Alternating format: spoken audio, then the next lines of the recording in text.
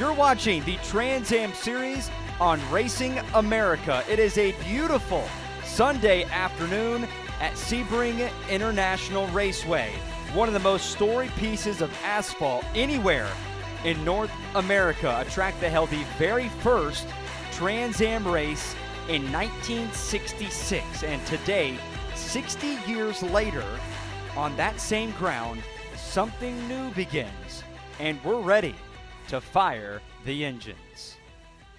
And hello everyone, I'm Ford Martin. Thanks for joining us. 7 drivers, 7 TA2 teams, 35 minutes to write the very first TA2 chapter of their championship series. Now, this is a brand new series that is debuting today at one of the most iconic venues.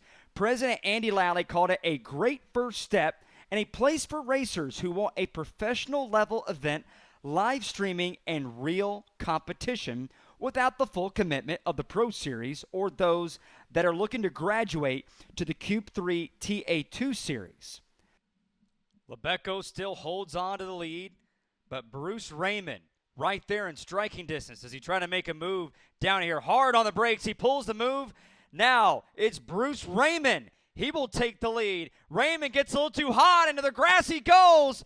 Lebeco, he'll recapture the lead.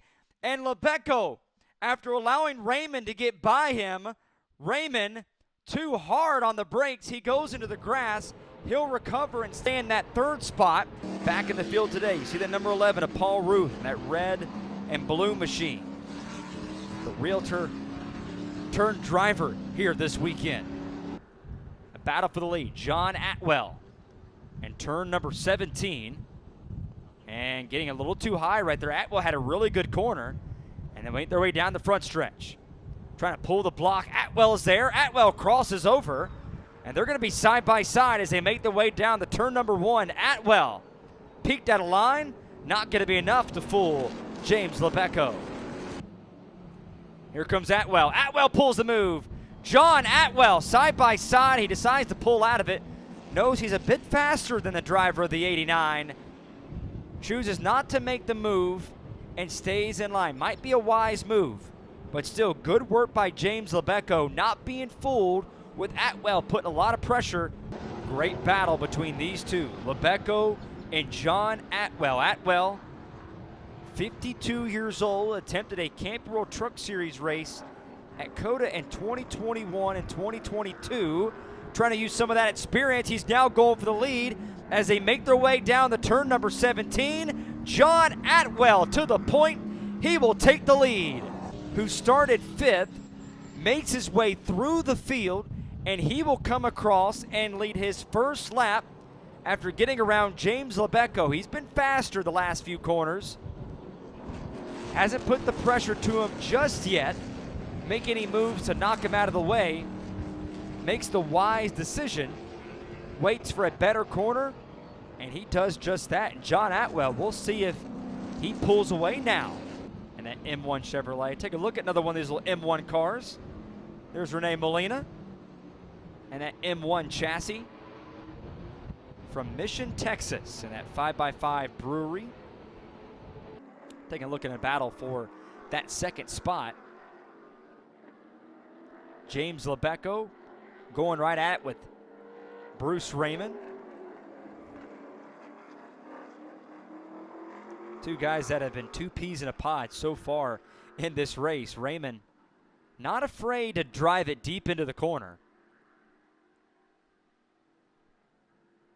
And Lebeco, he had no chance. How about Raymond this time? He'll stick it in there. Side by side. That time, Raymond will make the pass for position number 2. So Raymond that time, patient, and gets a little wide right there. Keeps it riding. And I don't think Lebeco's done just yet. Lebeco right over the back bumper. Raymond puts on the block. He'll go in full defense mode as he get hard on the brakes to that right-hander. You see there at the top of your screen. Using this series to help with their road course craft. And a lot of these drivers, they want to find their way and get up, move up through the ranks of the Pro Series, give them a lot of practice before potentially moving up next year or even possibly later this year. Take a look at some of the other drivers in this field. There's Rob Kakprowitz, one of the Atwell teammates this weekend, part of that 3-car operation. Makes his way down the front straightaway in his 5x5 Brewing Howe Ford Mustang.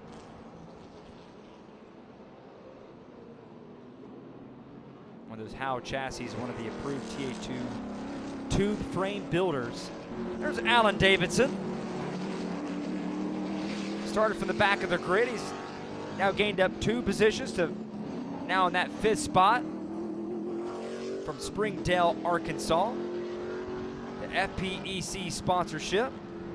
Bit of a familiar name in the TA2 paddock. So John Atwell, 52 years old from Texas. A TA2 driver decides to come back here and run the inaugural series. And John Atwell flexes his muscle. He wins the inaugural TA Sprint race at Sebring.